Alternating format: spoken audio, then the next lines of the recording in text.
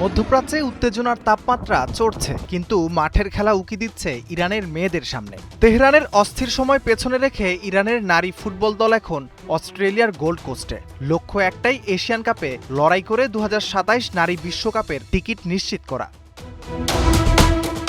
একদিকে রণকৌশল নিয়ে ভাবনা, অন্যদিকে স্বদেশ থেকে ভেসে আসা এক চরম অস্থিরতার খবর। ফুটবল উৎসবের আড়ালে যে বারুদগন্ধ, তা উপেক্ষা করার সাধ্য আছে কারো? সংবাদ সম্মেলনে কোচ মার্জিয়া জাফরি ও অধিনায়ক জাহরা গানবারির কাছে স্বাভাবিকভাবেই ফুটবলের বাইরে যুদ্ধের প্রসঙ্গ উঠে আসে। প্রশ্ন, আয়াতুল্লাহ আলী খামেনির মৃত্যুর পর আপনাদের মানসিক অবস্থা কি? এই সংকটময় মুহূর্তে দক্ষিণ কোরিয়ার বিপক্ষে মাঠে নামার আগে আপনারা কি কিছু ভাবছেন? উত্তর দেওয়ার আগে টুর্নামেন্ট কর্তৃপক্ষ আলোচনা ফেরান খেলায়। জাফরি জানালেন, দেশীয় লীগ ও প্রস্তুতি ক্যাম্প সব মিলিয়ে দল পুরোপুরি প্রস্তুত। গানবারির কণ্ঠেও আত্মবিশ্বাস, প্রতিপক্ষ শক্তিশালী হলেও লক্ষ্য বিশ্বকাপের পথ খুলে দেয়া।